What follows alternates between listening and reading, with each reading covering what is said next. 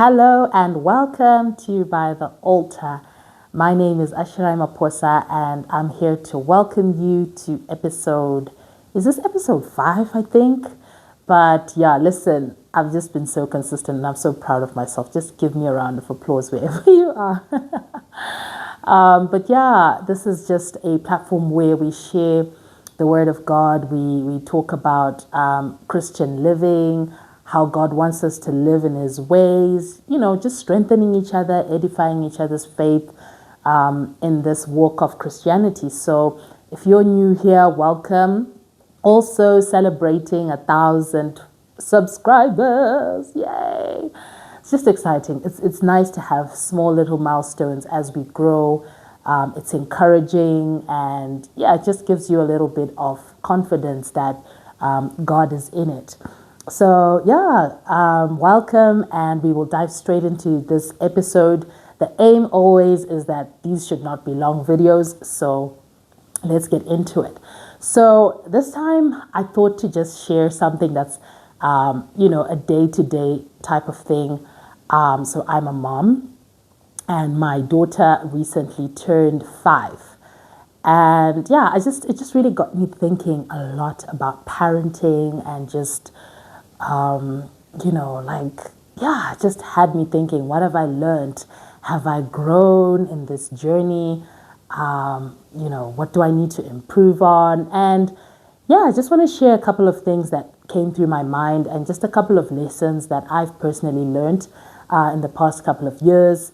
And I hope that it will speak to someone, something will speak to you, something will encourage you, something will edify you, something will convict you to do something differently or to improve or to, let me know. Let me know what this will do for you. So yeah, let's get right into it. So number one, deal with your childhood issues that could potentially affect your parenting. And this one is a difficult one, let's be very honest, but it's a very, very important thing to do, to actually sit down and look at yourself, look at your own childhood, assess areas where, it may not even be issues that are like deep, that seem deep, but you need to sit down and really ask yourself, what were some of the highlights of your childhood, good and bad?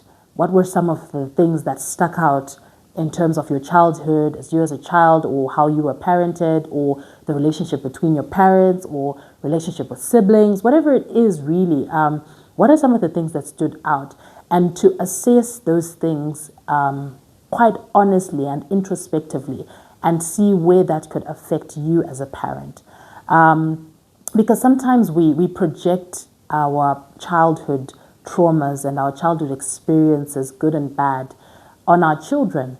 And you may not even realize it, but like later on, it might be an aha moment. So it's better to quickly realize and quickly do the introspection, quickly do the work so that, you can quickly sort it out as well. So I'll give examples. So, for example, maybe you grew up without, and you guys were living hand to mouth, and things were just never enough, and you used to walk 10 kilometers to school, and you just had a tough life, right?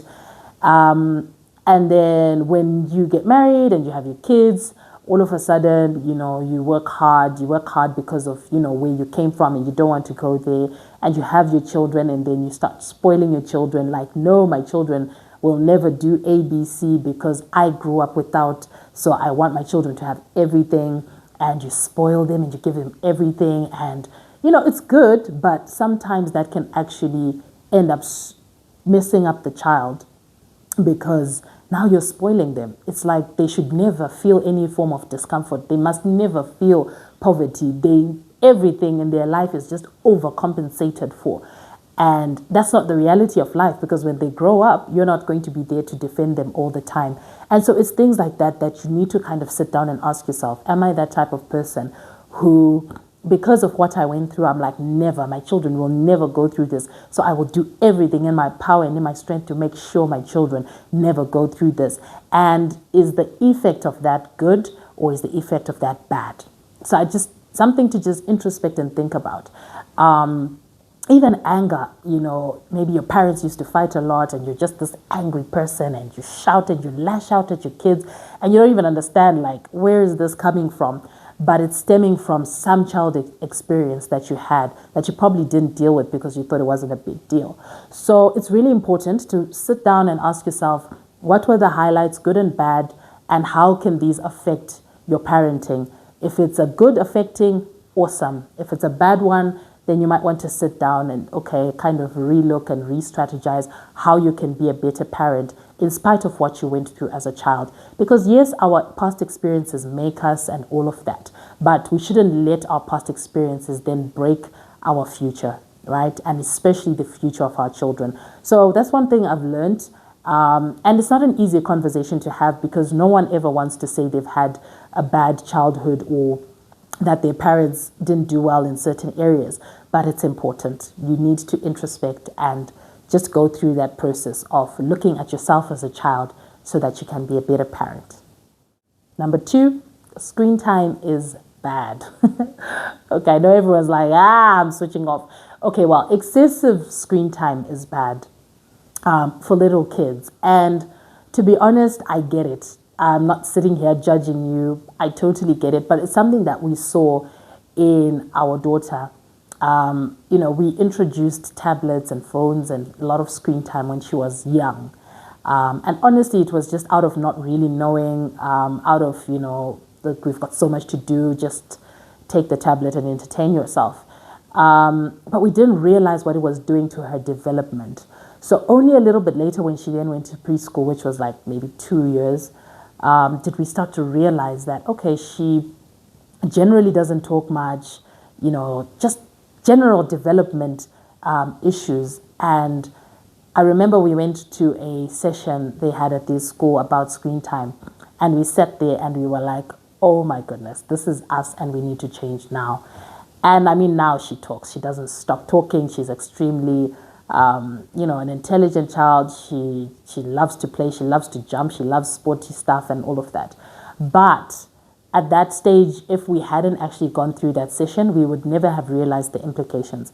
And I'd love for you to do your own research, read about it, Google it, it's everywhere, that it affects a certain part of the brain that is responsible for creativity, that is responsible for certain development.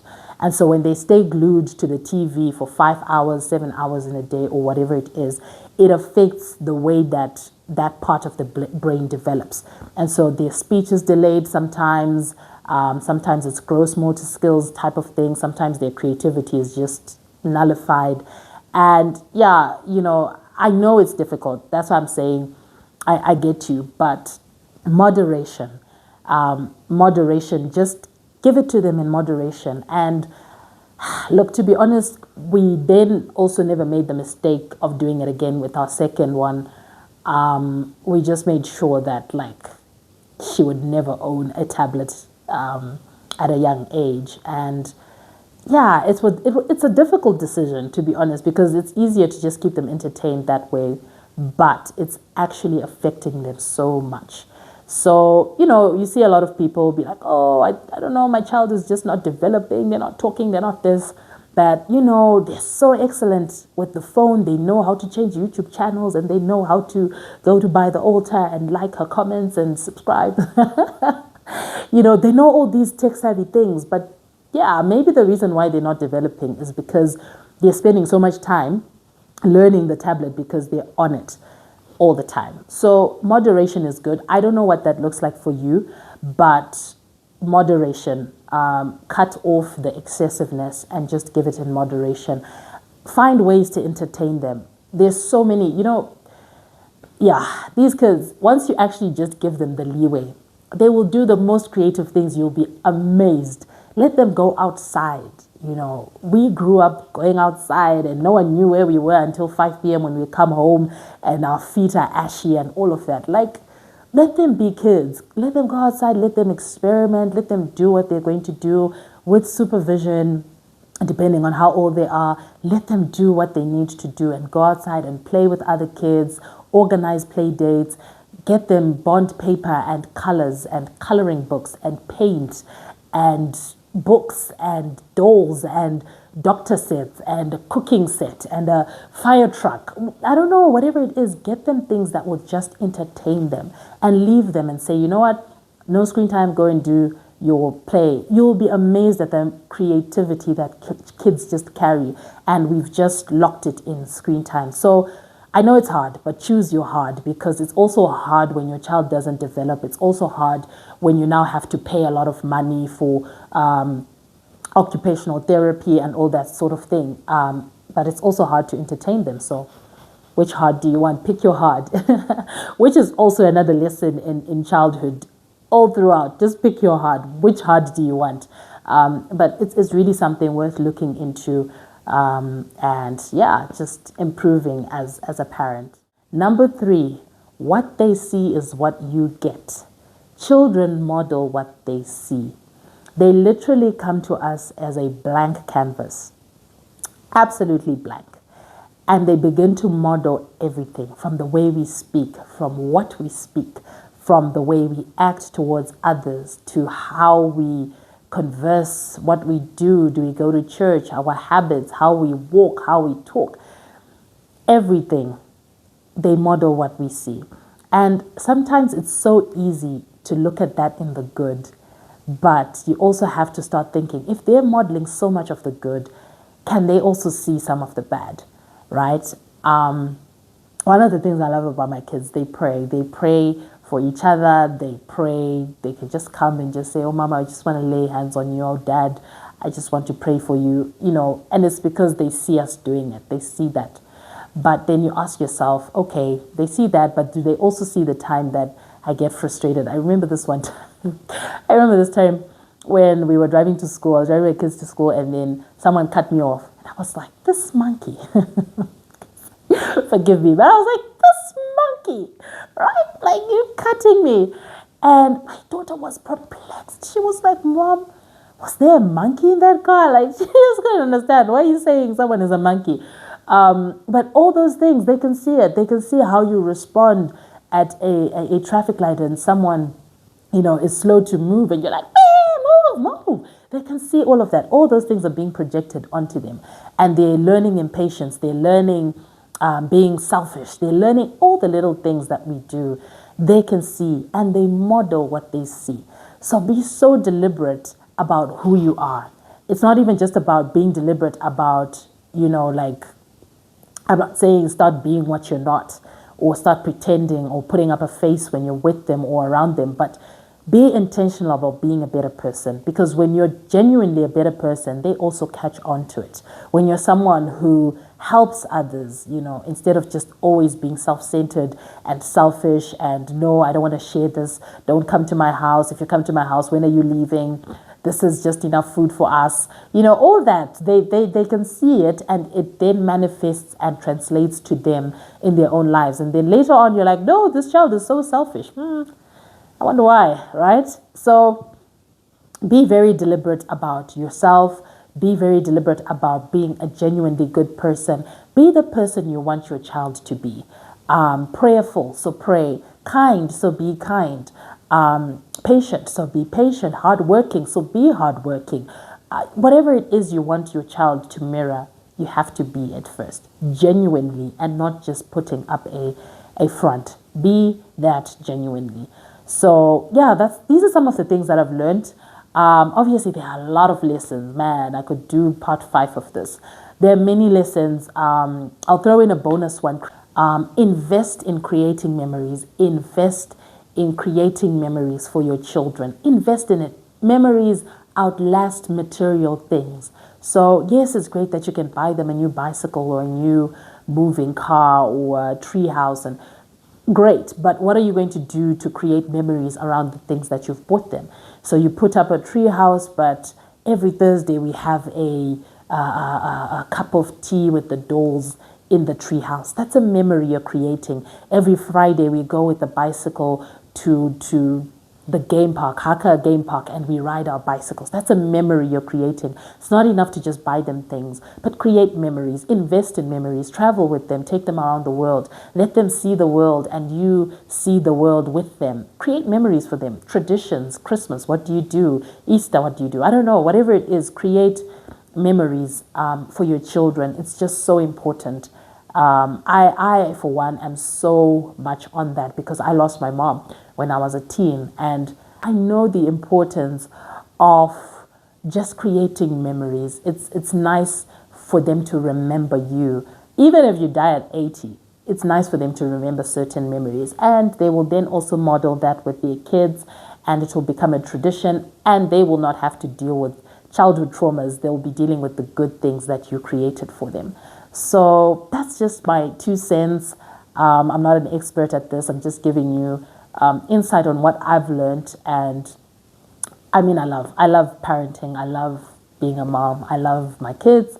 And, you know, I just want to see them doing extremely well. But I also want to take my part and know what I need to do in order for me to nurture them well so that I see them doing well as well. So, yeah, just have that hunger to grow and be a better parent for your children's sake. And yeah, God will bless you. God will bless your heart. He will bless that desire because you're a steward for God. Actually, these kids are not ours, quite frankly. They belong to God. And so we're just stewarding them for Him. So He will be so pleased to just see you doing better as a parent and, you know, getting into what can make you a better parent. God bless you. I hope this has been helpful and you can share it with someone. Subscribe if you haven't already subscribed. But so encouraged by the growth, and I'm really hoping that many are being edified, many are feeling conviction, and the Lord is just working with you guys through a lot of things. I sometimes meet some of you guys and I hear your comments, and I love it. I love it. It's always so nice to just hear back from you. We do also have an email, by the way, which I'll just put here, and then you can also email your feedback and just any questions you may have. We're here to help each other, guys. I'm not an expert, but I'm just somebody who's willing to come here on YouTube and say, hey, this is what I believe God is saying. So yeah, let's talk, let's chat on email. We also have an email community. So if you also want to join that, do a couple of emails, like I think twice a month, just to edify each other and encourage each other in the faith. So if you also want to join that, also you can also just email us. So God bless you. I hope that you have enjoyed this video.